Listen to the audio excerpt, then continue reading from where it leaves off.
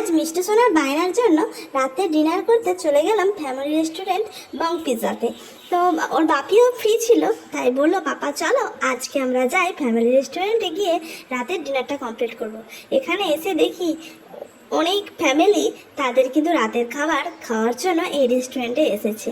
তো দেখে খুব ভালো লাগছে, আর জায়গাটাও ছিল খুব সুন্দর। আর আমাদের এই মিঠাই কি করেছে, খাবার টেবিলের ওপরে উঠে তার খেলাধুলা এত জমে গেছে দেখতে পাচ্ছেন। এদিকে আমরা অর্ডারটা দিয়ে দিচ্ছি, আর এদিকে মিঠাই সোনা কি করেছে, এই রেস্টুরেন্টে মৌরি নিয়ে তার পাপাকে খাইয়ে দিচ্ছে। এই সেই হাতের মৌরিগুলো কেমনভাবে খাচ্ছে আপনারা দেখে নিন, মুখ দিয়ে খাচ্ছে।